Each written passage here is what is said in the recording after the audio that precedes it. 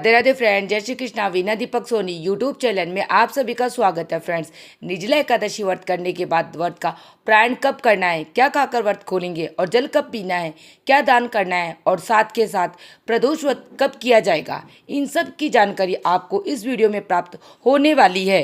बस आपसे इतना सा अनुरोध है कि आप अंत तक बने रहिए। देखिए, यह साल की सबसे बड़ी एकादशी है। प्रत्येक भक्त ने अपनी इच्छा शक्ति सामर्थ्य के अनुसार व्रत किया है। कई लोगों ने पूरे 24 घंटे जो निर्जल व्रत किया है। कई प्रिय श्रोता जिन्होंने सामान्य रूप से फल और जल खाकर पीकर व्रत किया है। दोनों तरीके से बहुत ही सुंदर है। कोई भूल चूक हो जाए तो अपने आप को दोषी नहीं रखिए। प्रभु हमारे माता पिता है, वह सब जानते हैं, तो आप चिंता टेंशन बिल्कुल ना करें। यथाशक्ति तथा भक्ति से आपने जो व्रत किया है, जिस स्वरूप में किया है, जितना हो सके बहुत ही उत्तम है। अब प्राण कब करना है? सबसे पहले संभव हो तो आज रात्रि जागरण करें। आज रात्रि करीब करीब 12 से 1 बजे तक आप जाग सकते हैं। भजन करते हैं, हरि कीर्तन तो उत्तम रहता है। परंतु रात्रि जागरण न हो पाए तो कोई बात नहीं, आप सभी भगवान के समक्ष ही धरती पर सो जाए। रोज सोने वाले बिस्तर पर न सोए, आप समझ रहे होंगे। इसके पश्चात आप सभी ब्रह्म मुहूर्त, जैसे कि 26 तारीख को हम सभी अपने व्रत को खोलेंगे। 25 तारीख को हमने आज व्रत किया है, 25 तारीख को व्रत नहीं खोला जाएगा, 26 तारीख को व्रत खोला जाएगा। ब्रह्म मुहूर्त का समय करीब 4:05 से लेकर 5 बजे तक का होता है। तो ब्रह्म मुहूर्त में आप उठने का प्रयत्न करें। ब्रह्म मुहूर्त में नहीं उठ सकते, सूर्य उदय से पहले करीब 5:30 के आसपास आप जग जाइए। ओम नमो भगवते वासुदेवाय महामंत्र का जाप करें।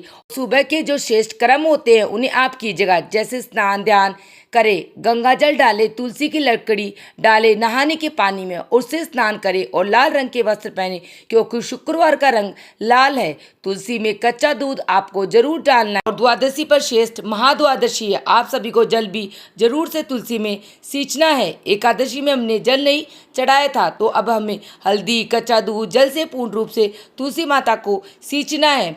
तुलसी की पूजा परिक्रमा सुबह करनी है। अब सूर्य देवता दिखाई देने लग जाए तो होंगे तो फिर आप सूर्य भगवान को जल चढ़ाइए। ठीक है, जब प्रत्यक्ष देवता स्पष्ट रूप से दिखाई दे तो जल चढ़ाना ज़्यादा फल देने वाला होता है। उसके बाद आप सभी अपने घर की रसोई में अपनी द्वादशी पर चावल किसी भी रूप में, भले ही खीर के रूप में हो, आप जो है चावल अपने घर की रसोई में जरूर से बनाइएगा, तभी आपका द्वादशी और एकादशी व्रत सफल माना जाएगा। एकादशी पर चावल नहीं खाते, वही द्वादशी पर चावल जरूर से भगवान को भोग लगाया जाता है और ग्रहण और दान भी किया जाता है। तो अपने घर की रसोई में चावल का भोजन प्रभु जी के लिए बनाएं, प्रभु जी की अब सेवा करें। आप सभी तरह सरल तरीके से सुबह शंख में कच्चा दूध तुलसी पत्र रखकर प्रभु जी को स्नान कराए, सेवा दीजिए। तुलसी की लकड़ी का दीपदान घर पर करें। सुंदर तरीके से, जिस भी भाव सरल तरीके से आप घर के मंदिर में यथाशक्ति तथा भक्ति के अनुसार पूजन करें। शिवलिंग पर आप सभी, जैसे कि शुक्रवार जल चढ़ाते हैं तो इत्र का प्रयोग करें, इससे शुक्र मजबूत होता है। कमल गट्टे का जल शिवलिंग पर चढ़ाना शुभ माना जाता है। आप सभी संभव हो तो शमी, आंवला, बेलपत्र, वट वृक्ष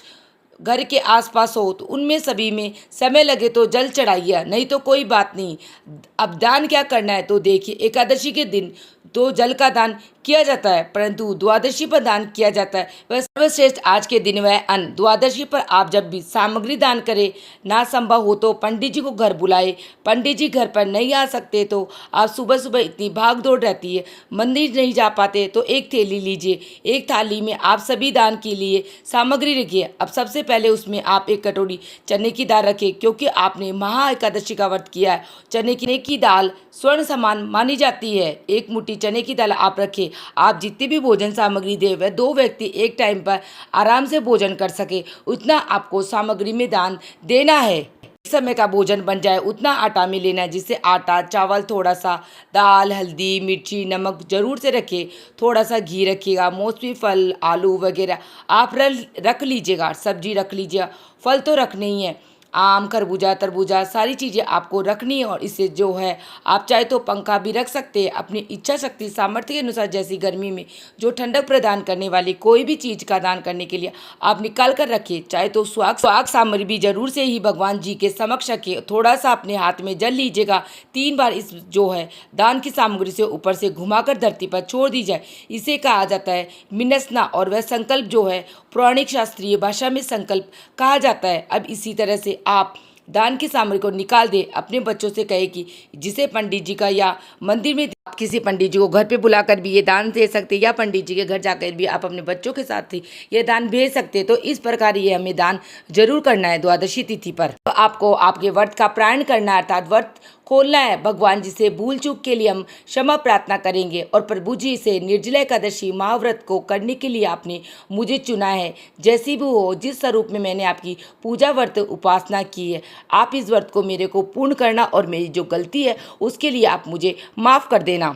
मैं इस व्रत का पारण करने जा रही हूँ। मन कर्म वाणी से कोई भी भूल हुई है तो मुझे आप क्षमा करें। अपने पितरों का और अपने घर के सभी सदस्यों को इस व्रत को अधिकारी और इस व्रत को मैं संपूर्ण रूप से स्वयं को समर्पित करती हूँ। हम सभी की इच्छा पूर्ण करना और सर्वदा सर्वदा हमारे घर पर अपनी आशीर्वाद बनाए रखना, इस प्रकार हम भगवान से प्रार्थना करेंगे। भगवान से प्रार्थना करने के बाद में हमें व्रत का पारण करना है। उसके बाद में तुलसी का पत्ता, भगवान जी का चरणामृत या पंचामृत, आप भगवान जी के समक्ष कोई फल रखा हो तो आप थोड़ा सा उसे ग्रहण कर लीजिएगा। उसके बाद अपना व्रत खोलिएगा। जैसा कि आप सभी जानते होंगे, 26 जून 2026 को राहु काल का जो अशुभ समय रहने वाला है वह रहने वाला है 10:39 से 12:29 पर। राहु काल में अपना व्रत बिल्कुल भी नहीं खोलना चाहिए। इस बात को ध्यान रखना। ज्येष्ठ महीने के शुक्ल पक्ष की द्वादशी तिथि सुबह 12:22 तक है। तो उसके उपरांत रात्रि, फिर उसके बाद जो त्रयोदशी लगने वाली है शनिवार को, यानी 27 तारीख को शनि प्रदोष का व्रत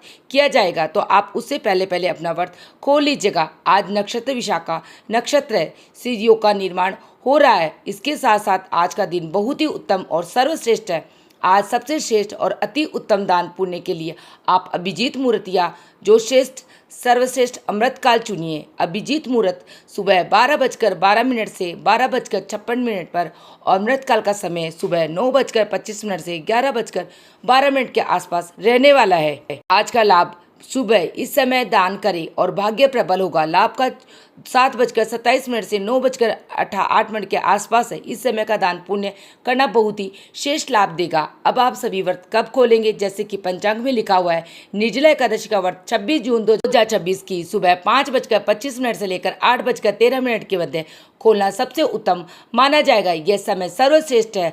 हर कार्य की सिद्धि के लिए 5:25 से लेकर 8:13 के मध्य यह व्रत खोलने का सर्वश्रेष्ठ समय है। इस समय व्रत खोले और भाग्य की रेखाओं को प्रबल करें। आज के दिन भी ज़्यादा से ज़्यादा जल दान करें। अब ज्येष्ठ के महीने में कुछ की ही दिन है। पवित्र वृक्षों की जड़ में जल समर्पित करें।